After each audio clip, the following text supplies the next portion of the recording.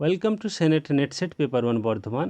এবার আমাদের topic data interpretation 3 and 4 অর্থাৎ জুন 2006 এর প্রিভিয়াস জুন 2006 এর ডেটা কি দেওয়া আছে না, এখানে একটা পাইচার্ট দেওয়া আছে। পাইচার্টে আমরা বলেছিলাম যে আইদার ডিগ্রিতে থাকে অথবা পার্সেন্টেজে থাকে, তো এখানে মেনশন করা নেই যদিও, তবুও বোঝা যাচ্ছে যে এটা হচ্ছে পার্সেন্টেজ, অর্থাৎ 10, 10, 20, 30, 40, 50, 60, 70, 80% অ্যান্ড 90% এবং 10, অর্থাৎ টোটাল আমরা অ্যাড করে দেখছি যে টোটাল 100% হচ্ছে, অর্থাৎ এটা হচ্ছে পার্সেন্টেজ ভ্যালু দেওয়া আছে। তো এই টেবিলটাকে পড়তে হবে, কি দেওয়া আছে ফলোয়িং পাই চার্টের মধ্যে expenditure of a country on various sports, স্পোর্টের বিভিন্ন সেকশনে এক্সপেন্ডিচারগুলো দেওয়া আছে ডিউরিং এ পার্টিকুলার ইয়ার। এরপর কোশ্চেনে আমরা আসি, question number 9, the ratio of the total expenditure on football to that of expenditure on hockey, অর্থাৎ সোজা ফুটবল ইজ টু 2, অর্থাৎ 2 এর পরে ইজ টুটা হবে 2, 2 এর স্থানে টুটা হবে ইজ টু হকি। এদের রেশিও বের করতে হবে। রেশিও মানে কি, ফুটবলে এক্সপেন্ডিচার কত হয়েছে, ফুটবলে এক্সপেন্ডিচার দেওয়া রয়েছে 15%, আর হকিতে দেওয়া রয়েছে 15%, অর্থাৎ দুটোই সেম যেহেতু কেটে গিয়ে 1:1 হবে। এখানে অ্যাকচুয়ালি 15% মানে 15/100 লিখতে পারতাম, ইজ টু 15/100 এভাবেও করতে পারতাম, কিন্তু সেক্ষেত্রেও কাটাকাটি গিয়ে 1:1 হবে, অর্থাৎ রাইট অ্যান্সার হচ্ছে 1:1। যদি এরকম বলা থাকতো যে টোটাল এক্সপেন্ডিচার হচ্ছে 8 লাখ, তাহলে ফুটবলের এক্সপেন্ডিচার কত হতো, 8 লাখ এর 15%, আবার হকিতেও হতো 15%, সেম এইরকমভাবেই করতে হতো, কিন্তু ওইরকমভাবে করার কোনো দরকার নেই, যেহেতু দুটো সেম পার্সেন্টেজ, তাহলে এখানে আমরা ডাইরেক্ট 1:1 করে নিতেই পারি। নেক্সট কোশ্চেনে আসবো আমরা, question number 10, if the total expenditure on sports, অর্থাৎ বিভিন্ন স্পোর্টের টোটাল এক্সপেন্ডিচার যদি হয় এটা 1, 2, 3, 4, 5, 6, 7, অর্থাৎ 1.2 crore যদি হয়ে থাকে, how much was spend on basketball, বাস্কেটবলে কত খরচ হয়েছে, বাস্কেটবলের শেয়ার আমরা দেখছি যে 12.5%, পার্সেন্টেজটাকে তোলার জন্য 100 দিয়ে ডিভাইডেড বাই ইন্টু 12 ইন্টু 1, 2, 3, 4, 5, 6,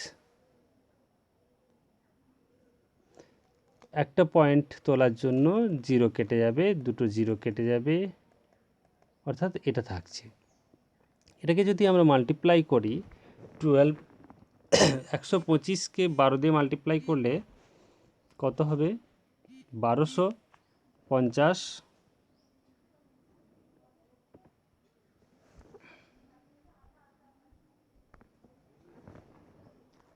15000000, এটা, অর্থাৎ রাইট অ্যান্সার হচ্ছে ডি। নেক্সট কোশ্চেন নাম্বারে আসবো আমরা, question number 11, the chart shows that the most popular game of the country is কোনটা, মোস্ট পপুলার গেম, যে গেমটাতে বেশি এক্সপেন্ডিচার করা হয়, যে গেমটাতে বেশি টাকা খরচ করা হয়, এইভাবে এই সেন্সে সেটা হচ্ছে মোস্ট পপুলার গেম। তো এখানে মোস্ট পপুলার গেম কি, হকি, ফুটবল, ক্রিকেট, টেনিস, এর মধ্যে আমাদেরকে দেখতে হবে যে হকি, ফুটবল, ক্রিকেট, টেনিসের মধ্যে ক্রিকেটের এক্সপেন্ডিচারটা সবথেকে বেশি, তাহলে ক্রিকেট হচ্ছে মোস্ট পপুলার গেম। নেক্সট আমরা আসবো পরের question, 12, out of the following countries expenditure is the same on, তাহলে কোন গেমগুলোতে এক্সপেন্ডিচারটা সেম, সোজা হিসেব হকি অ্যান্ড টেনিস, আমরা দেখে নেব হকি অ্যান্ড টেনিসের expenditure percentage different. Golf and basketball, golf আর বাস্কেটবলের এক্সপেন্ডিচার আমরা দেখছি যে সেম, ইয়েস, এটা হবে রাইট অ্যান্সার। ক্রিকেট অ্যান্ড ফুটবলের এক্সপেন্ডিচার সেম নয়। হকি অ্যান্ড গল্ফের এক্সপেন্ডিচার সেম নয়। তাহলে রাইট অ্যান্সার হচ্ছে আমাদের গল্ফ অ্যান্ড বাস্কেটবল, এই দুটোর 12.5। এবার হয়তো প্রশ্ন অনেকে থাকবে যে হকি আর ফুটবল এই দুটোরও তো expenditure same. Yes. Tennis and others এই দুটোর এক্সপেন্ডিচার সেম। ইয়েস।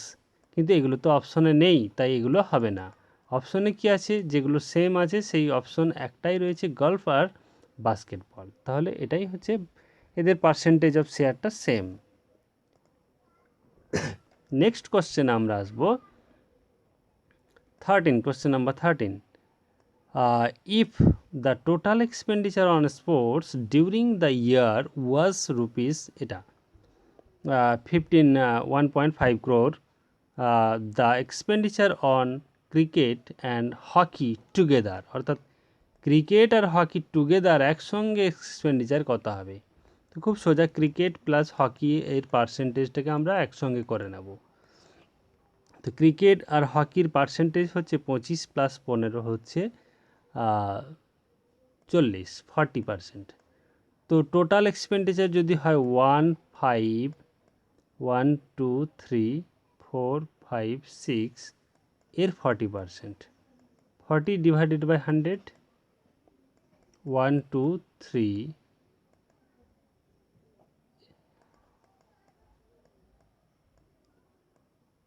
3, 4, 5,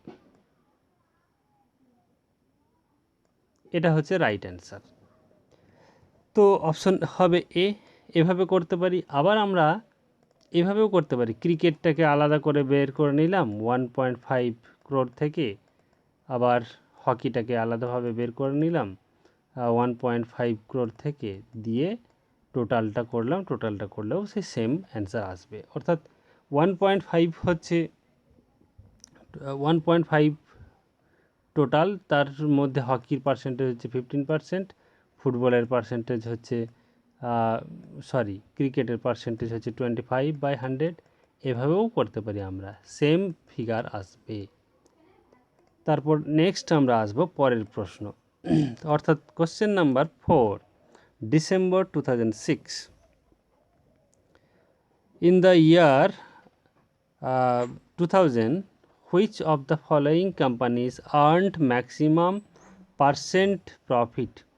অর্থাৎ এখানে যে ভার্টিক্যালি দেওয়া আছে সেটা হচ্ছে পার্সেন্ট অফ প্রফিট, 0%, 10%, 20% টু 70%, এইগুলো হচ্ছে পার্সেন্টেজ অফ প্রফিট। অন্যদিকে হরাইজেন্টালি দেওয়া রয়েছে কোম্পানির নাম, কোম্পানি এ, বি, সি, ডি, ই, এফ, এই সমস্ত কোম্পানির নাম দেওয়া রয়েছে। আর দেওয়া রয়েছে দুটি ইয়ার, 2000 আর 2001। ইন দ্য ইয়ার 2000, অর্থাৎ 2000 সালের লিস্টে দেখতে হবে which of the following companies earned maximum percent of profit. তো 2000 এই বরাবর আমরা দেখব এই অ্যারোটি সব থেকে বেশি সর্বোচ্চ লেভেলে আছে 60%, অর্থাৎ 60% হচ্ছে এখানে, অর্থাৎ কোম্পানি এফ। তাহলে রাইট অ্যান্সার হবে company F earned maximum profit. Next question 15, in the year 2001, which of the following companies earned minimum percent of profit? অর্থাৎ 2001 ক্ষেত্রে মিনিমাম পার্সেন্টেজ, অর্থাৎ এই ব্ল্যাক পয়েন্টগুলোর মধ্যে কোনটা সর্বনিম্ন অবস্থায় আছে। তো আমরা দেখছি যে প্রথমেরটাই সর্বনিম্ন অবস্থায় আছে, অর্থাৎ 40%, অর্থাৎ এটা হচ্ছে কোম্পানি এ। রাইট অ্যান্সার হচ্ছে কোম্পানি এ। এরপর আসবো আমরা 16, question number 16, in the year 2000 and 2001, which of the following companies earned maximum average percent of profit? অর্থাৎ maximum average percent of profit মানে হচ্ছে দুটো প্রফিটকে অ্যাড করে ডিভাইডেড বাই 2। তো এখানে আমরা দেখছি যে এই দুটোকে অ্যাড করে ডিভাইডেড বাই 2 করলে যত হবে তার থেকে এই দুটো যেহেতু বোথ অ্যাবাভ পজিশনে আছে, তাহলে এই দুটোকে অ্যাড করে 2 দিয়ে ডিভাইড করলে আরও বেশি হবে। তো এইভাবে আমাদেরকে চেক করতে হবে, এই দুটো কম হবে, এই দুটো বেশি হবে, এই দুটো কম হবে, এই দুটো বেশি হবে। তাহলে যেগুলো বেশি হবে সেগুলো আমরা শুধুমাত্র সেই পজিশনগুলোই করে নেব, যেগুলো নিচুর দিকে আছে সেগুলো আমরা করব না। তাহলে তিনটি আমরা করব ক্যালকুলেট, সেইগুলি আমরা আলাদা কালার দিয়ে দেখিয়ে নিচ্ছি। এই তিনটি আমরা অ্যাড করব, যেহেতু এগুলো ওপরের দিকে আছে, এগুলোই বেশি হবে। তো প্রথমেই আমরা যেটা করব, যে কোম্পানি ধরে প্রথমে হচ্ছে কোম্পানি বি এর ক্ষেত্রে হচ্ছে 60 plus 50 divided by 2 equals to 55। এটা হচ্ছে কোম্পানি বি 55। কোম্পানি ডি হচ্ছে 50 প্লাস 55 প্লাস 55। আমরা স্বাভাবিকভাবেই দেখছি এটা আগেরটার থেকে ছোট, কম, তাহলে এটা আমরা আর ক্যালকুলেট করব না। এরপর আমরা লাস্ট পজিশনে চলে আসব, যে 65 প্লাস 60, অর্থাৎ এটা হচ্ছে আরও বেশি, তাহলে এটাই হবে রাইট অ্যান্সার।